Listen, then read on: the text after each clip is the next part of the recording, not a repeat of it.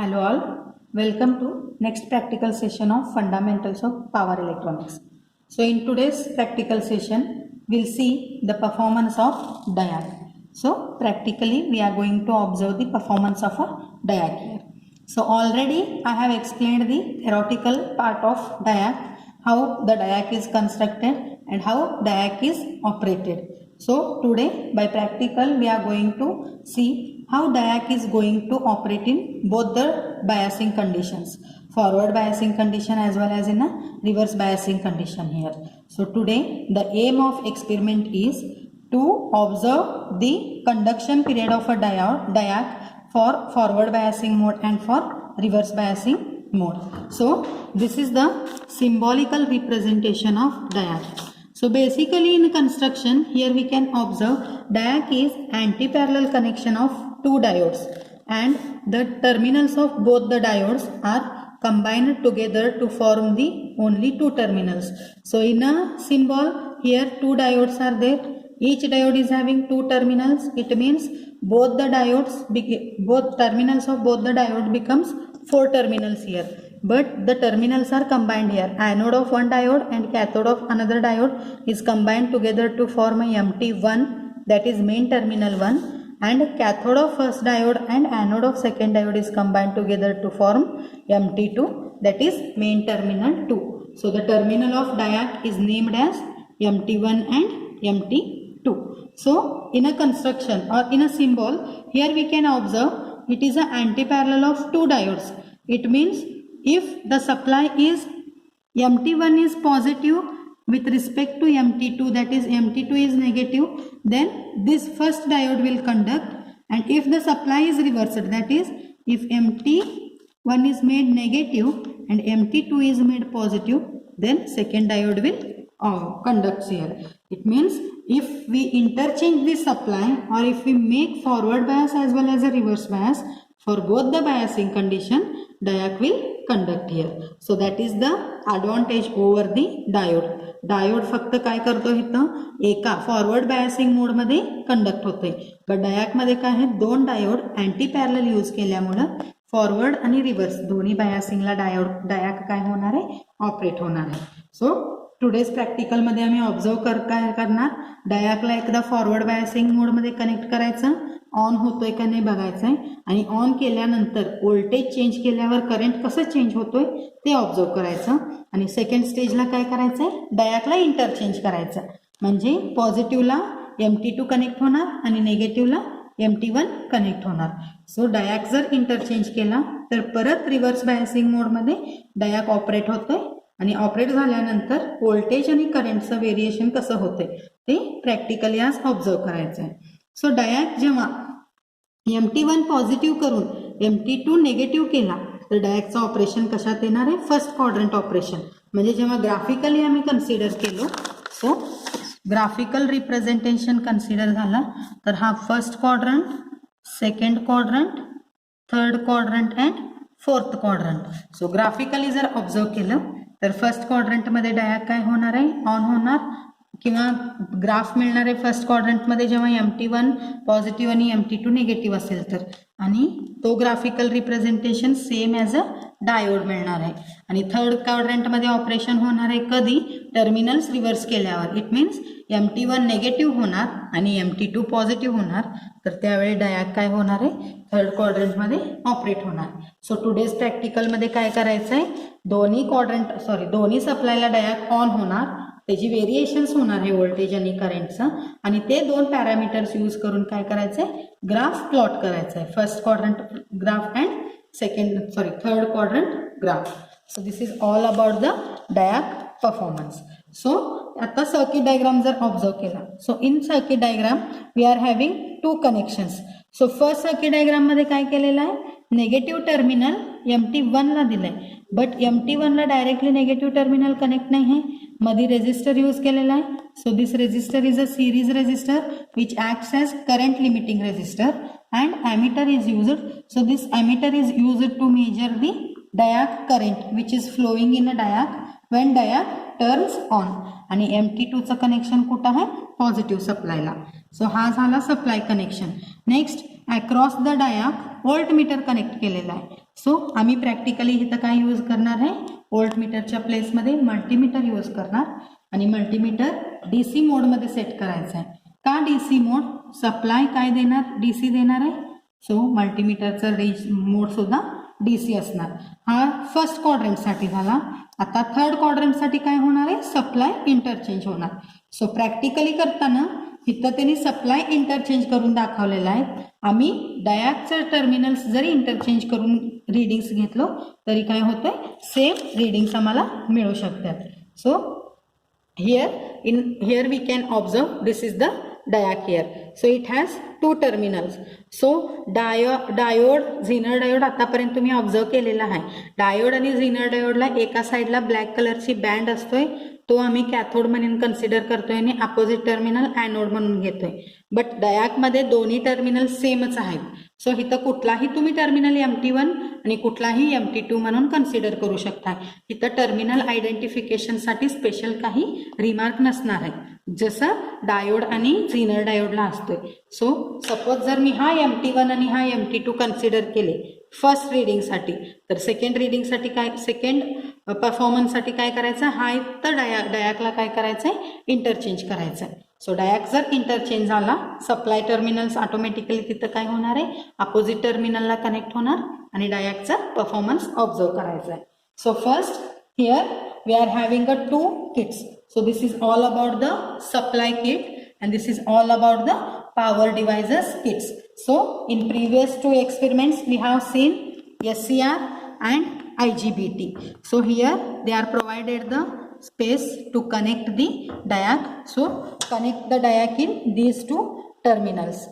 So कुठलाही तुम्ही terminal MT1 म्हणून कन्सिडर करू शकताय, तिथं स्पेसिफिकेशन काही रिमार्क नाही आहे. So this is the connection of diac.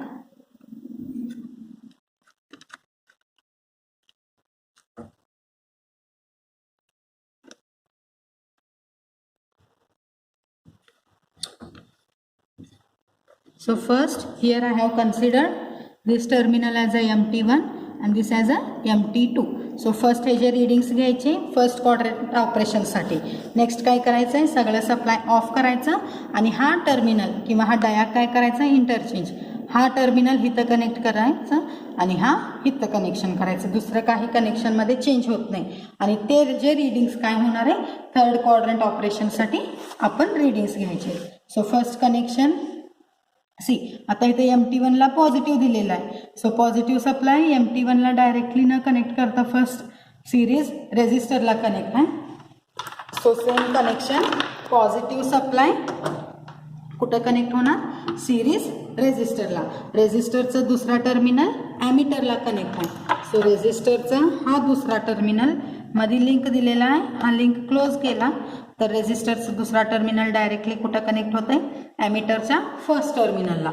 आणि ॲमीटरमधनं बाहेर जे टर्मिनल येणार आहे तो टर्मिनल कुठं जाणार, डायाकला. सो डायाकचा हा टर्मिनल. सो इथं तुम्ही कसंही कनेक्ट करू शकताय, एक तर इथं कनेक्शन देऊ शकताय नाहीतर इथं देऊ शकताय. हा दोन्ही टर्मिनल इंटरनली कनेक्ट आहेत.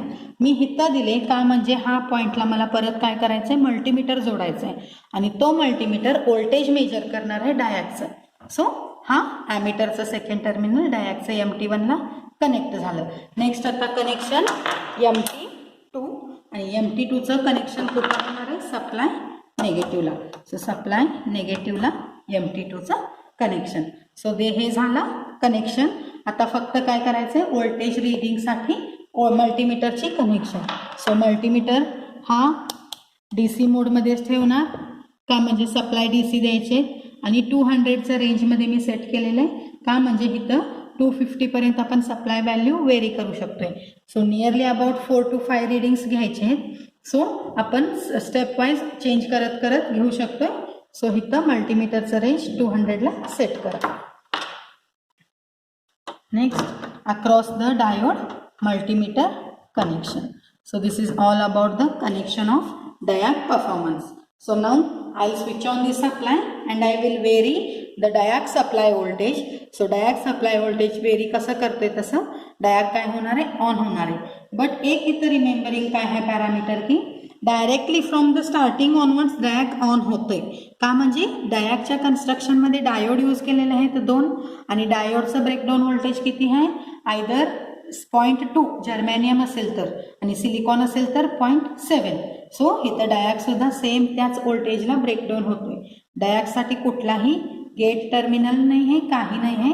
बाय द सप्लाय व्होल्टेजेस आम्ही डायॅकला काय करू शकतो, ऑन करू शकतो. सो सप्लाय ऑन झाला. नेक्स्ट पॉवर ऑन करायचं. So here we can observe by changing the voltage current also changes. See, so voltage किती आहे, फर्स्ट दिलेलं. See again here negative terminal indicate होतोय, तर त्याच्यासाठी फक्त काय करा, टर्मिनल्स इंटरचेंज करा. व्होल्टेज आपल्याला काय मिळतंय, पॉझिटिव्ह मिळतोय. It doesn't means that the voltage value is negative, फक्त कनेक्शन इंटरचेंज केल्यामुळे ते नेगेटिव्ह साईन आलेलं असते. आता बघा व्होल्टेज व्हॅल्यू किती आहे, व्होल्टेज इज 23.5 वोल्ट आणि त्या व्होल्टेजला करंट किती आहे, फर्स्ट लाईनला आहे. सो फर्स्ट लाईन म्हणजे 10चं लाईन आहे ते.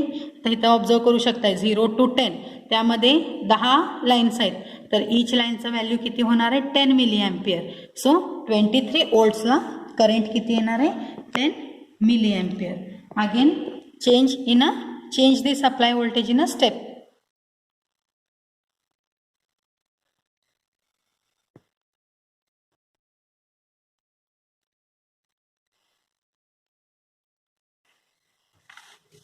So voltage is 21.8 वोल्ट आणि करंट किती येणार आहे, 20 मिली अँपियर. सो असं नियरली 3 to 4 रीडिंग्स घेतलं तर झालं. So supply now the voltage is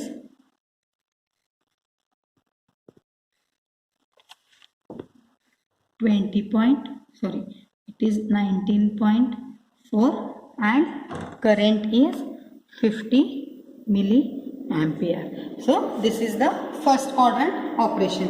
आता सेकंड क्वाड्रंट ऑपरेशन साठी काय करायचंय, सप्लाय व्हॅल्यू पूर्ण 0 करायचं, मेन पॉवर सप्लाय ऑफ करायचंय आणि डायॅकला इंटरचेंज करायचंय. सो डायॅकचं टर्मिनल फक्त जरी इंटरचेंज केला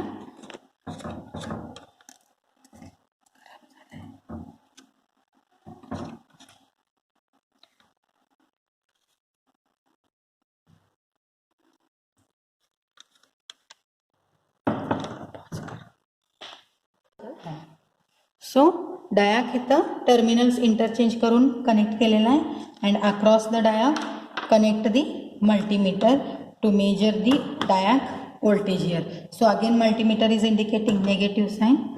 So take the terminal interchange. So now change the values. See again by changing the value, first the voltage is 14.4, the current zero terminal ला आहे current अजून, म्हणजे अजून डायॅक ऑन झालेलं नाही. सो त्याला स्लोली वेरी करून डायॅकला काय करू शकताय, ऑन करू शकताय. Now DIAC turns on which is on a first terminal and voltage value is 22.4 and current is 10 milli ampere. So first आणि थर्ड क्वाड्रंटचं जर रीडिंग्स ऑब्झर्व केला तर स्लाइट चेंज असणार आहेत, बट करंट ऑलमोस्ट काय येतोय, सेम रेंजमध्ये येते इथं. सो हाय तसं परत काय करायचं, व्हेरी करत करत रीडिंग्स घ्यायचे. So the voltage is 20.6 and the current is at a third position, so that is 30 milliampere. So remember जेव्हा आपण डायॅकचा व्होल्टेज व्हेरिएशन करून रीडिंग घेणार आहे त्याला तुम्ही एकतर 5-5चं डिफरन्सनं घेऊ शकताय, नाहीतर करंट कसं 10-10 अँपियरने चेंज होतोय तसं घेऊ शकताय. त्याला काही असं सेट व्हॅल्यू नाही आहे की ह्याच रीडिंग म्हणजे एवढ्या स्टेपमध्येच रीडिंग घ्यायला पाहिजे.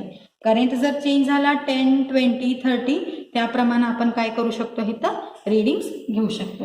So now one more reading. The voltage is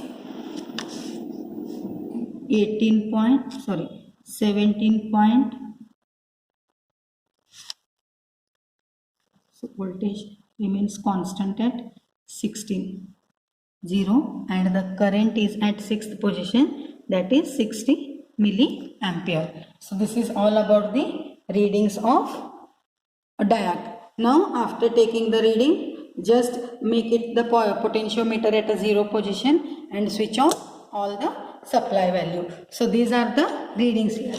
आता ह्याचं graphically जरी बघायचं असेल, so this is the graphical representation of diode. तर ह्याच्यात कसं केलेलं आहे, first quadrant operation and second quadrant operation. So this first point indicates the breakdown voltage.